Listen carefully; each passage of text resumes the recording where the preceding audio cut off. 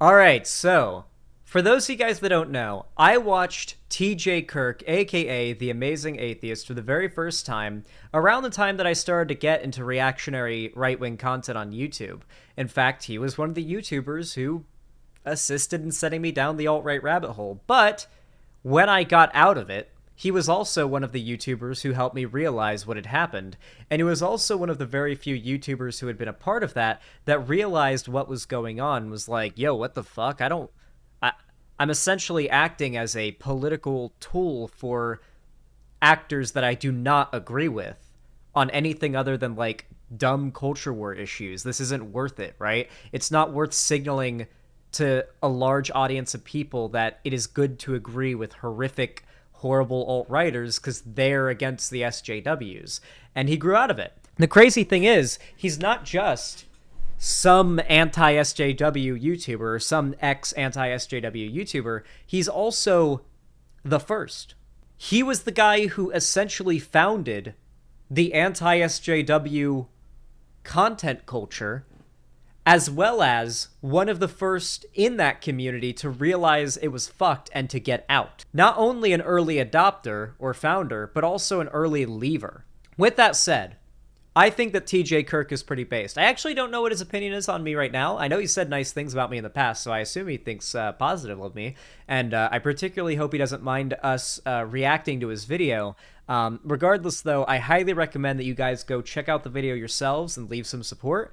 Matter of fact, I'm dropping a link to said video in both chats right now. Please go take a look at the video. Please, go watch yourself. Go subscribe. Go leave a like. Go send some support in terms of the algorithms, such as, I don't know, a comment. Comments help. Yeah. With that said, we're going to be watching this video. It's called How I Created the Anti-SJW Genre and Almost Destroyed the World by TJ Kirk. Now, if that doesn't sound like a title where somebody takes accountability, I mean, god damn. I don't think there really is anything else. For the record, I want to say, this is extraordinarily brave. Actually, really quick, I bought this cinnamon, like, air freshener. This, like, cinnamon apple of my pie cinnamon air freshener. And I'm going to go ahead and I'm going to spray it because it makes the sky, or not the sky, the atmosphere all cinnamony. And it just smells like someone just baked an apple pie. And frankly, that's amazing. So yeah, we're getting it all Christmassy in here. That's not weed.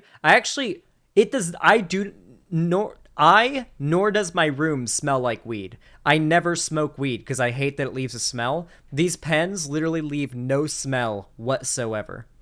So yeah, my clothes, me, nor my room, none of them smell like weed because I only use pens. Oh, damn, I didn't expect that, TVH. Yeah, I hate the smell of weed. I specifically, like, neutralize and eliminate any of it when I smell, like, a whiff of the smell of weed. I hate it. So, yeah, don't worry about that. Anyway, with that said, we're all Christmassy. We're vibing. Let's hop right into TJ's new video. I have not seen this yet, but I know that Demon Mama covered it and had very positive things to say. And that was in large part what inspired me to cover it myself, because apparently we get some damn good based-ass fucking takes here. Not much else to say. Let's watch. So I saw this thing on Vosh's subreddit. Is TJ Kirk, and then in parentheses, the amazing atheist, partially responsible for the anti-SJW culture? I voted yes. I don't think that I'm partially responsible for anti-SJW culture. I think I'm largely responsible for it, at least as it takes shape on YouTube. I think if you were tracing back the genealogical origins of anti-SJW content on YouTube, the genesis of it would likely be a video that I made several years ago called It's Only Sexist When Men Do It. Yeah.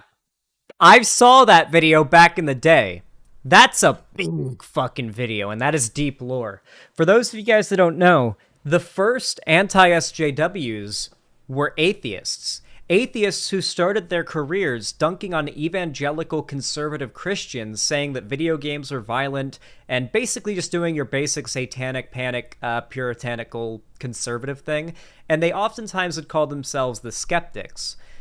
The problem is that very quickly, dunking on right-wing conservative Christians stopped being so popular when the right perceptively lost all of its institutional power. All of a sudden, there was this perception that the left, the far left even, these crazy SJW feminists, BuzzFeed, SJW college students were in power, actually. And that they were, in fact, imposing some sort of reverse bigotry onto straight cishet white men, and that the entire state of societal archetypes had flipped, and all of a sudden we were in upside down world. And that was what a lot of the people who are making content like then would say. In reality, they've been played. They'd allowed their own personal biases and the algorithm feeding them a constant stream of lefty freakout videos build a anecdotal bias in their mind of what the left truly is like, and they found themselves turning a mountain or a molehill into a mountain. I don't think that you can find a better catalyst in YouTube history for there being this jumping off point of now there's all this anti-SJW content coming out. You know, I didn't coin the term anti-SJW or SJW for that matter, but I think I invented the genre. And as the inventor of the genre, I have to say I despise the genre at this point. I almost view what I did in terms of being maybe like a first wave anti-SJW content, and what exists now as being like a bastard offspring second or third wave of that content. I'd agree. I think that I would say that it started out in the first wave. It was the skeptic atheist YouTubers dunking on BuzzFeed feminists.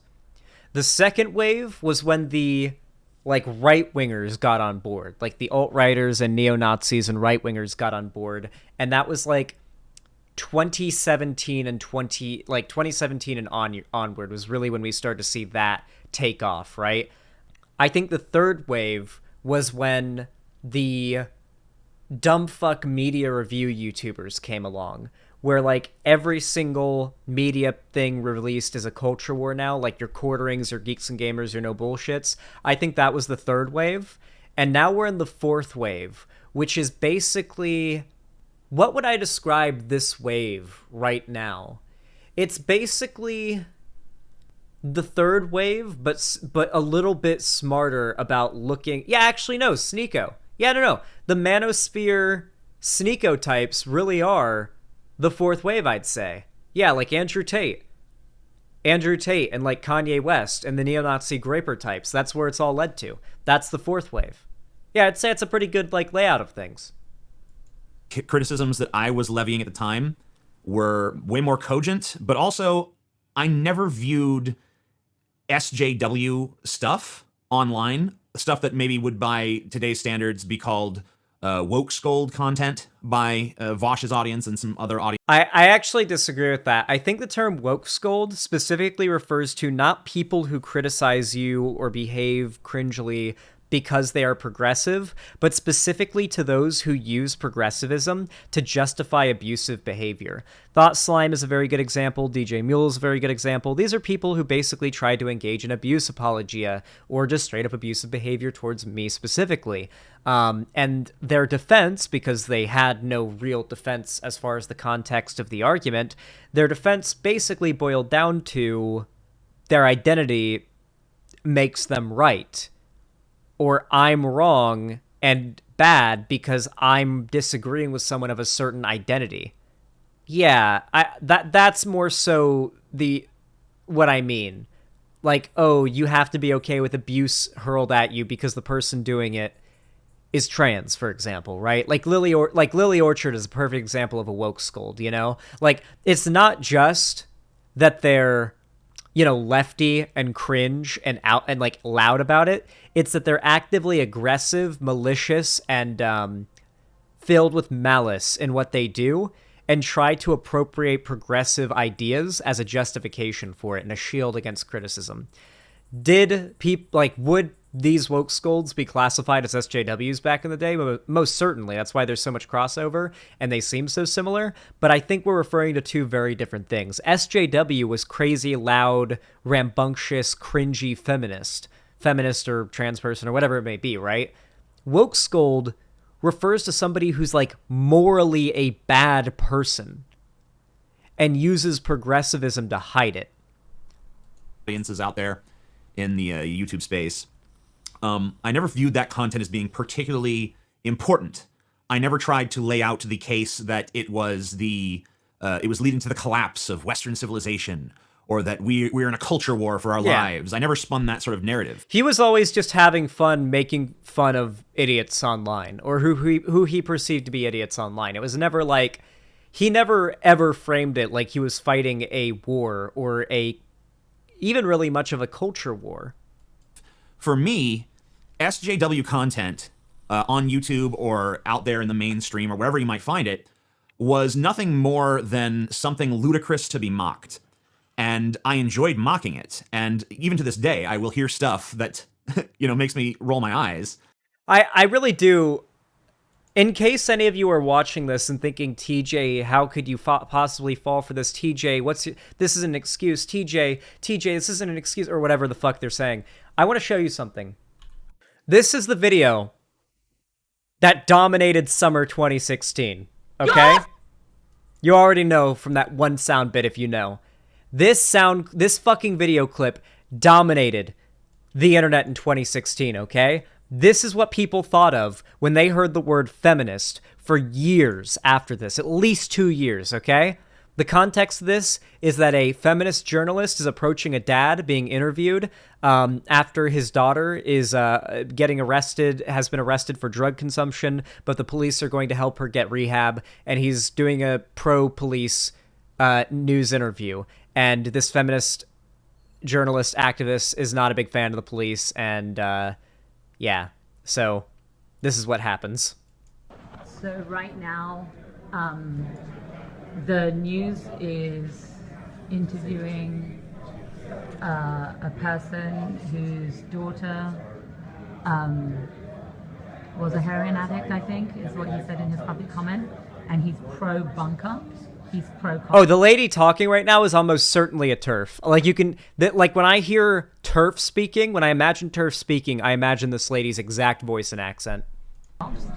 And so he's the one getting interviewed, and there are like a million people who have spoken about how they've been abused by the cops, but they're not being spoken to.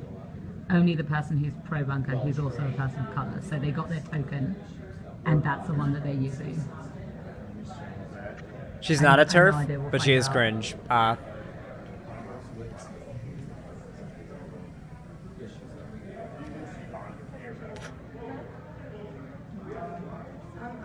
Here it comes.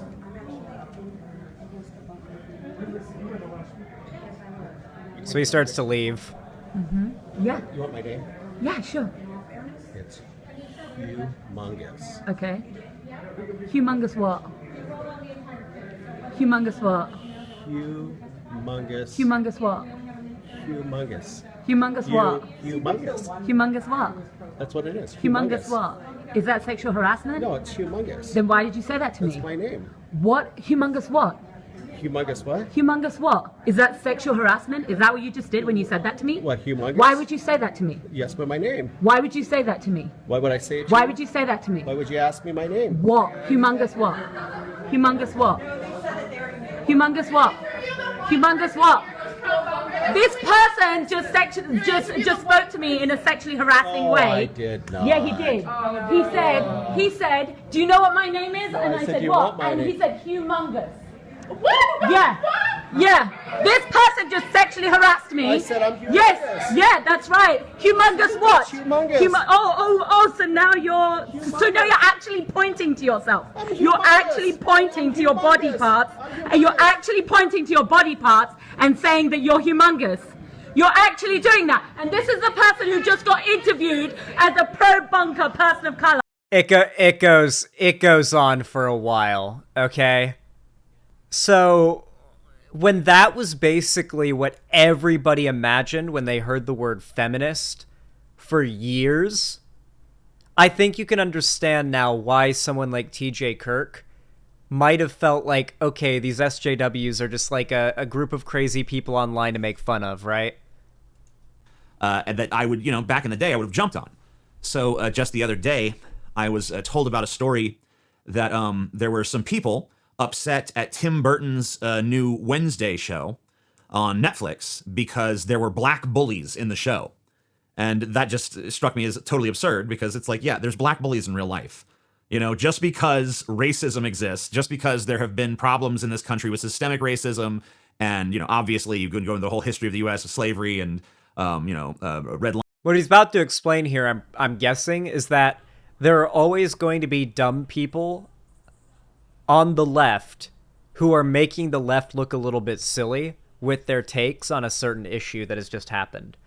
And trying to make a career or like an entire sort of genre off of dunking on those people serves no other purpose really at the end of the day than to give ammo and to lend a mouthpiece, essentially, whether you like it or not, to the side that opposes those people. Obviously, the take from whatever journalist or whoever he's referencing is pretty stupid because obviously they're black bullies. Black people are just people with more melanin in their skin, you know? They can just, you know, do that, I guess. Lining and then police discrimination and so on and so forth. But that doesn't mean there's never been a black bully. And that doesn't mean that we have to go over every socio-political ramification of depicting a black bully in a TV show. No, even better. Black people exist. Quote, Alex Haley, 2022. It's even better if you use my real name. I think that, you know, donning the level of sensitivity where you can't even see something like that in media without, grasping your pearls and taking such profound offense as if this is the problem that's going on, or as this is even part of a problem, I think is stupid and silly. And, you know, back in my anti-SJW days, I would have jumped on that as content. But the problem is that I never really understood that there were nefarious characters, nefarious actors within the sort of genre that I created that were trying to subvert it for extremist political positioning.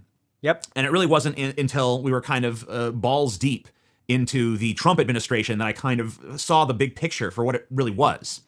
I bet I have not pre-watched this, by the way. One of the biggest things I remember being a big problem that people like TJ Kirk had initially when they pulled out of all of this was, why are people like Dave Rubin and other supposed centrist or liberal or left-wing anti-SJWs who said that if Trump got elected, they'd hold his feet to the fire if he did objectively bad stuff, why are they running for defense for Trump now?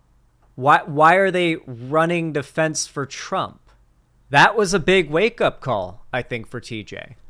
That so many people who said they were fair and reasonable and logical and centered politically immediately showed their true colors as being biased in favor of the right. And that's where the stereotype that centrist basically almost always equals right-wing comes from. These people just claim, I'm a centrist, I'm a centrist, I'm a centrist, but then time and time again, never would they go after the right, always would they go after the left.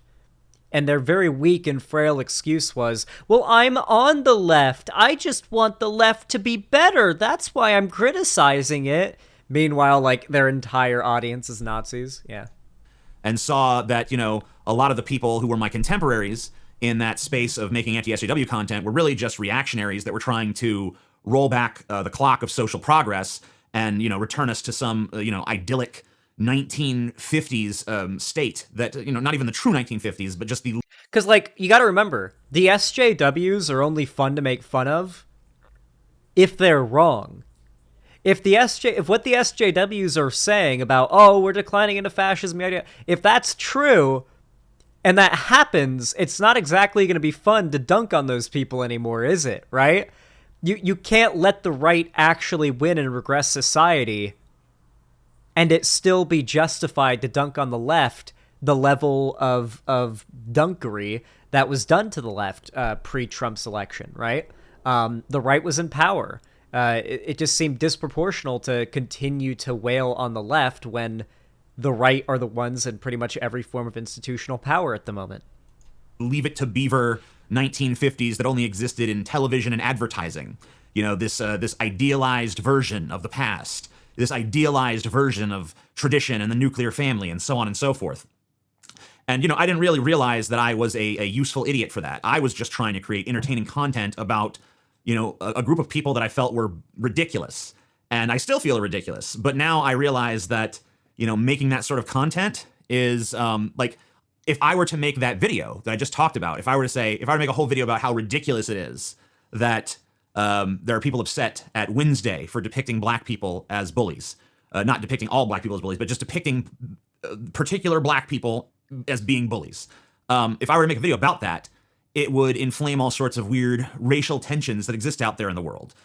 Yeah, it's completely true. Regardless of what TJ's intentions with that video would be, let's just point and laugh at the dumb fucks who don't believe that black people are just normal people like anybody else, can quickly turn into a comment section filled with people saying, yeah, these fucking lefties, they're the real racists. This is why we got to elect insert Republican. You know, Ye was right about the Jews. They're the left are the real ones that are anti-black. Like, that is what the comment section would be filled with if he made that video. And he knows that now. And he realizes it's not worth starting some sort of conservative, right-wing talking point over making fun of some dumb lefty online, right? The right benefits from that so much more than the left ever could. This is before the shoe drama, I think. I'm almost certain this video is pre-shoe drama. I think this is just him, like, making this video of his own accord, which is based as fuck, because no one was demanding he did it. He did it and took accountability for this of his own accord, which is about as mature and base as it gets.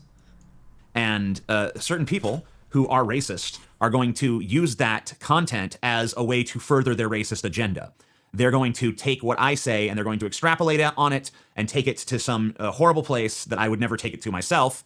And they're going to try to push people in that direction because they have an agenda that is, racist. This actually kind of cuts to the heart of sort of this paralysis that sort of overtook me at a certain point. Probably around 2016, there was a whole host of factors that led to me feeling... It's funny how many of these YouTubers that got out of it realized shit was getting bad in 2016, and me and so many other people got into it in 2016. I find that interesting. I also really have to pee, but don't worry, guys. I can still hear the video playing from my headset. Don't worry. Right back. Way less comfortable with content creation, with this idea of influence, and all these things. And it all kind of comes back to the anti-SJW thing, I guess, in a way. Because when I first started making content on YouTube, I was just an angry loner with no real friends. I'd had friends in the past, of course, here and there, but, either through time or distance, those friendships had eroded. I don't remember any friendships ending in any particularly dramatic acrimony, but, there were, all my friendships had eroded, and, my family was not particularly interested in hearing what I had to say. I had at that time, a typical Democrat liberal mom who maybe I could say some things to, and a very conservative stepfather, and a fairly conservative father, an idiot stepmother. I had Scotty to talk to, so he was pretty much the only person in my life that I could have any sort of real conversation with, that I could be any version of my true self with, that I could really cut loose at all. And so when the YouTube platform emerged as a medium of expression, I jumped on board right away and started just spewing whatever onto it. And, people started resonating with it. And, for me, it was like therapy session. For me, it was, I will take the things that frustrate me about the world, about society, and I will just spew them without any filter or concern. And at that time, I had no conception of influencing people. I had no aspiration of influencing people. I liked them being receptive to the things I was saying, but I never conceived of the idea at that time. And it sounds ridiculous, but because today, this is something that's really drilled into your head. It's something that people want when they seek out this platform. They want influence. They want people to do what they say. But that really wasn't all that interesting to me at the time. It really still isn't in a lot of ways. I guess it's become more. This genre was started by people that just wanted to have fun for the most part and found themselves creating a landscape, a platform, a porthole through which brand new people could come along and utilize this, what was once just a fun-loving, little fun time, making fun of BuzzFeed feminists, into a genuine right-wing propaganda monolith. Interesting to me. But at the time, the main interest I had was just venting. I didn't have a therapist. I didn't have any friends. I didn't have any family I could talk to except for Scotty. So I just I used YouTube as a place to vent.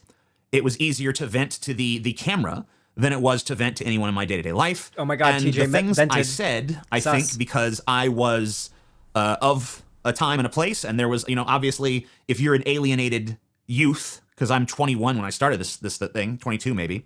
If you're an alienated youth, and there's other alienated youths out there in the world, and a lot of you are going through similar experiences, having similar interactions, feeling similarly confined by society, that's going to resonate. And because I could express myself a little bit more clearly and with a little bit more passion than a lot of other people could, I sort of became a voice for a lot of people. Yeah, and I think that's what it is at the end of the day for a lot of people who get their opinions from this, right? It's literally just, I go to YouTube to find someone to get my opinions from, to do my thinking for me, and who I decide is based on who words these ideas best, right? Who is the most entertaining in their presentation, the most sure in their delivery, the most charismatic in their charm, I guess. I don't know. These are the things that truly determine whether or not people online decide, this is the YouTuber who I am going to adopt all of my opinions from now. And that's what happens. But I didn't really recognize that was happening at the time. And if I did recognize it, I didn't really truly understand the nature of it. There was a sort of naivete to that age of YouTube. It's a naivete that really wasn't lifted from my eyes for many, many years. It wasn't really until like 2017, 2018 that I really started to see what was going on. And it was sort of the realization of, hey, there was a guy named Milo Yiannopoulos that was going to be the keynote speaker at CPAC. And he lost that because of things he said on a podcast that I hosted. He was there with me when he said those things. And, I brought it up because I saw it on Joe Rogan, and I'm sure, even if he hadn't said it on my podcast, the Joe Rogan stuff probably still would have come to light. But the fact that, here's a person who's making national headlines that, is in my sphere of influence. And, you have people like Carl Benjamin running for office and becoming sort of a lightning rod over there in the UK. And, his show, tremendously influential. Like, I know multiple people who have met the president of the United States. I know multiple people who have been on the most successful podcast in the country. I think in the world. I think isn't Joe Rogan's podcast the most successful in the world? I've been on that podcast twice. And Damn. I've been on that podcast, and Bernie Sanders has been on that podcast, and a whole slew of people that are wildly influential have been on there, and me. I'm pretty sure if you go on Joe Rogan, you are now 2 degrees of separation from everybody in existence now. I'm pretty certain that's how it works. And I don't think of myself as belonging to that group of people. I don't really see myself as belonging to any group of people. I view myself as the singular sort of ego that's disconnected from the world. I view myself as an observer. So the realization that, hey, I'm not just an observer. By sharing my observations and opinions with other people, I am, whether I intend to or not, influencing things in this world. Holy, is this it? Is this just the realization that Shuonhead hasn't had? Is this all it is? This is it. It's just that Shu hasn't had this revelation. That, or she's a grifting liar who's just playing both sides politically because it's beneficial financially to do so. Or she just hasn't made this revelation after being on the internet for 10 plus years and being 30 something years old. So, okay.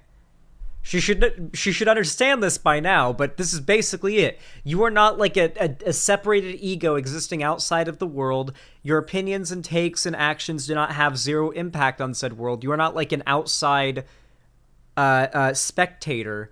You're a cog in the machine producing the culture war that you talk about if you're a YouTuber with any level of prominence. That is the case. Shu, fucking TJ, me, Vosh, Chris Raygun, Demon Mama, everybody who has any level of political influence is a part of the machine that creates the discourse that we cover. Realization really it hit me hard when I realized that, hey, this genre of YouTube video that I helped create is helping to elect politicians that are trying to turn back the clock to, Mussolini and Hitler, and really have contempt for people like me as an atheist, as a bisexual, as like an open, degenerate, fucking maladjusted weirdo. You know, this is not what I want. I'm not trying to create a world of quote unquote order where a doofus like Donald Trump is getting his way. Donald Trump is the opposite of what I want. And yet I feel like I don't know what my level of influence was in that whole debacle, but if I created anti-SJW content on YouTube, then I played a part in getting that stupid freaking orange imbecile elected. And that means I showed my mom the Gamergate video by Ian Danskin, the alt-right playbook guy, and she could not believe how strong the evidence is that Gamergate played a significant part in the election of Donald Trump. Like, I told her this before, but I don't think she understood how significant it was till I showed her that video. And she saw, you know, like, oh, Steve Bannon's connections and what he planned to do and all of that, like, how much influence Gamergate had on current right-wing... I believe the term was June 2014 or June 2016. It was when the Zoe post dropped. The June that never ended is what they call it. Because that's when basically the anti-SJW Gamergate everything started and really has not come to an end, just sort of wound down in phases. Yeah.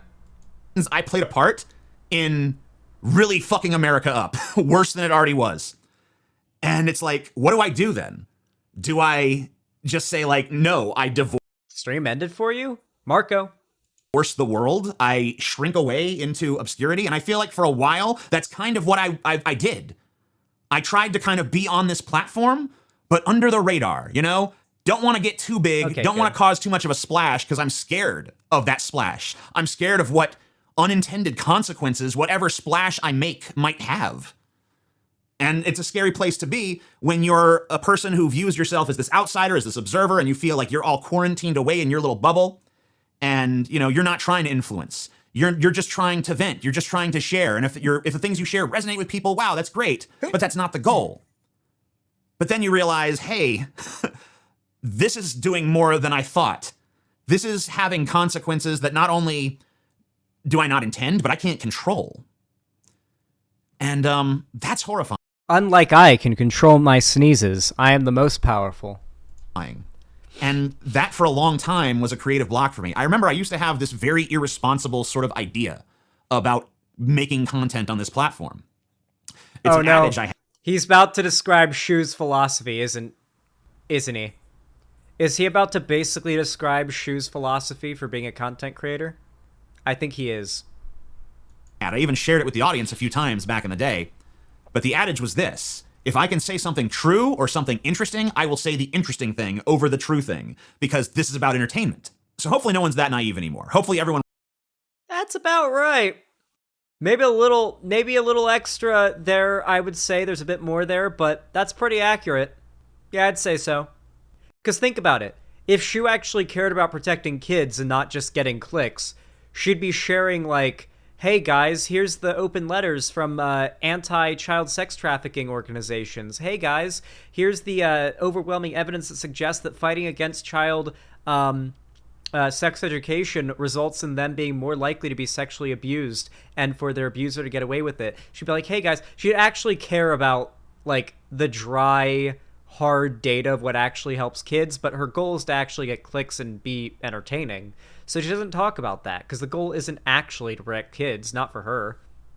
Zan, don't hold in your sneezes. You can unironically rupture a blood vessel in your eye. Well, I'll unironically rupture a blood vessel in your mom. Nah, I'm very careful to let a little bit out so I don't go too hard, you know? I would have let go had it felt like something was going to pop. One realizes when they come on here and they start sharing their thoughts and opinions and beliefs, hopefully they do it knowing it could cause a splash, knowing it could cause an influence, knowing that the ripples of what they say could resonate out there in the world. I think that's actually what most people want nowadays. I don't think anyone would view this as naively and innocently as I did at the time as just like, this is a place to vent. This is a place to be my therapist. Because, you know, that was like an act of desperation of a disenfranchised 21-year-old kid with, you know, no sort of inkling of how to navigate the world. And I think I'm a little bit wiser now, only a little bit though, Not a lot.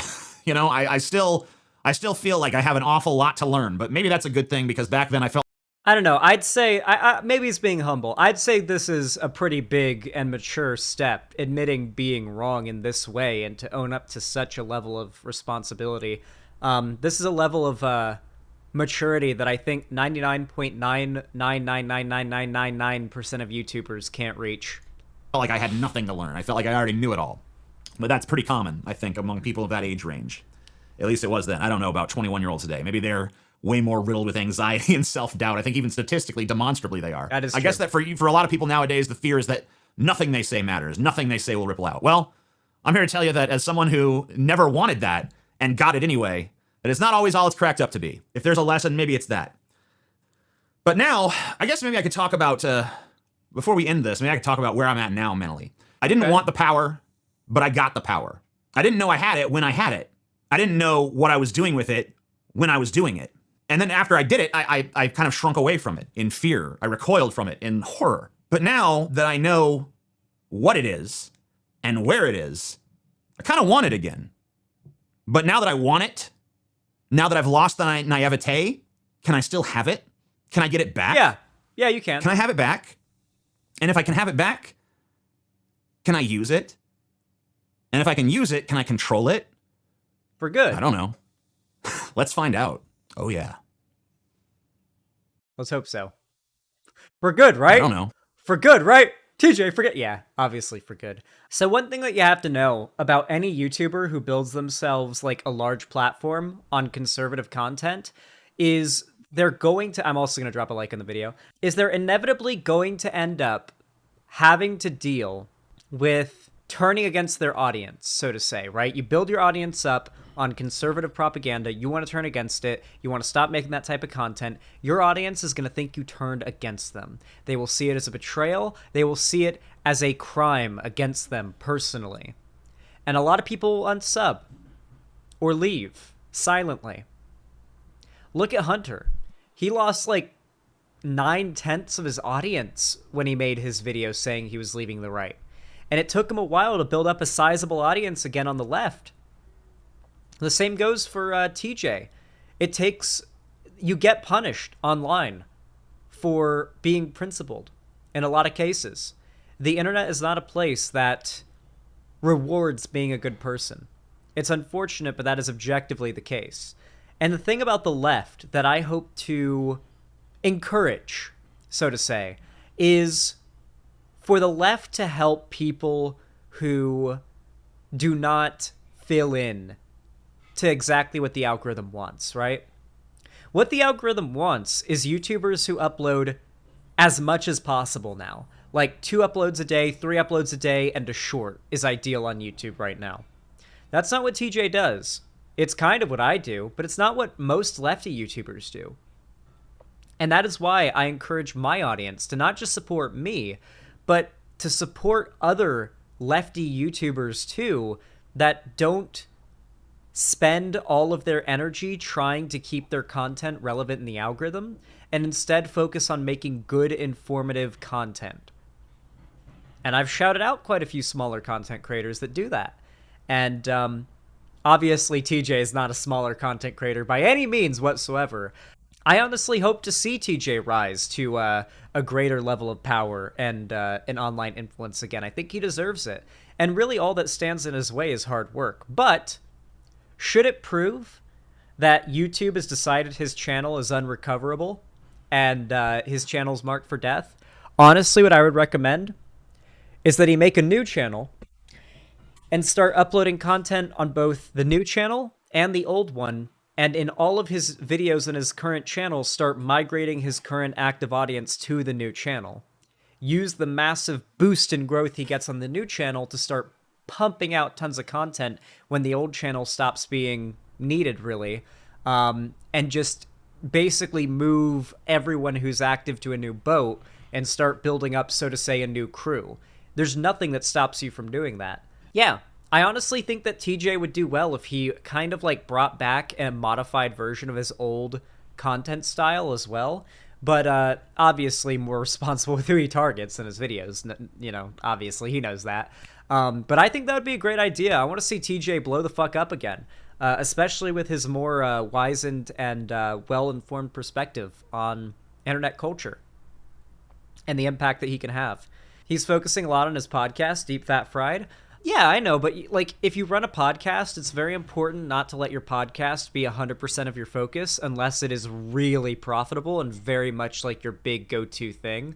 If it's a passion project, more so than what's really getting you a lot of attention, then it should be a thing you do while doing what's working for you. If you're a YouTuber, that's my philosophy, and it's worked so far for me. And yeah, everybody has a podcast. I'm going to have a podcast, Demon Mama, soon, so that's going to be pretty cool. But obviously the podcast won't get in the way of my normal content, which is very important. Otherwise, then, then you guys feel like you're having my energy and effort taken away from what you maybe enjoy and put into something that you don't enjoy, possibly. You probably will enjoy the podcast, but still, not everybody will. So don't want it to feel as though those that don't like the podcast have had something taken away from them from the normal content. With all that said, thank you so much for watching. Links to TJ's video down in the description, or actually it'll be pinned comment when the video goes up. May take a little while though, because you can't pin a comment or comment on a video before it goes up to be like fully up. So yeah, don't get mad if when you watch the video the link's not there. The video is called How I Created the Anti-SJW Genre and Almost Destroyed the World by Amazing Atheist. So if the link's not there yet, then hunt it down yourself. With that said, go support the video. If you want to support me, leave a like, subscribe, ring the bell icon, turn on all notifications, and don't forget you can support me financially by donating, subscribing, or gifting a sub through my website, xanderhall.com/live, or supporting me financially through YouTube, Twitch, Streamlabs, Stream Elements, or Patreon. With all that said, thank you so much for watching, and have a good one.